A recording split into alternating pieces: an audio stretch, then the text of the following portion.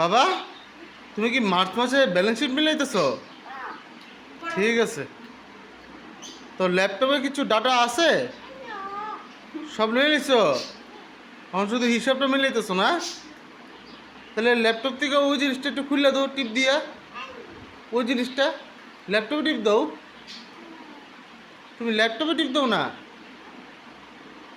মিলতেছে না না হিসাবটা? হ্যাঁ।